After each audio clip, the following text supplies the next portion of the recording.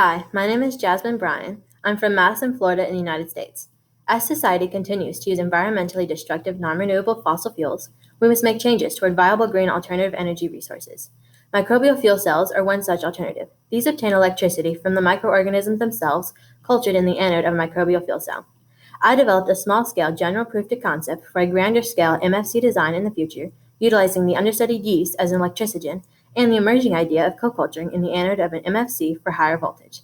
This entire project was to compare in small scale if eukaryotic cerevisiae yeast and prokaryotic E. coli voltage production in both pure and co-culture.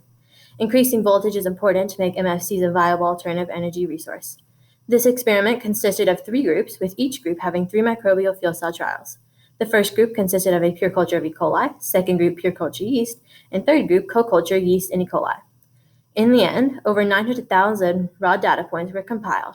When analyzing the data, only one of 4 two-sample t-tests rejected the null hypothesis, which was when comparing mean voltage produced in MFCs of pure culture yeast to MFCs of co-culture yeast and E. coli trials during peak production.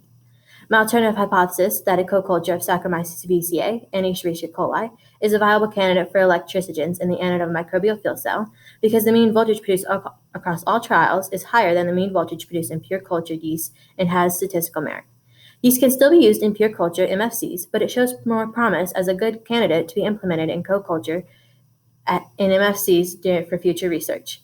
Even though this experiment obtained low voltages, the fact that the co-culture of these experiments yielded better statistical data each time leads me to believe that more testing should be done in co-culturing of electricigens.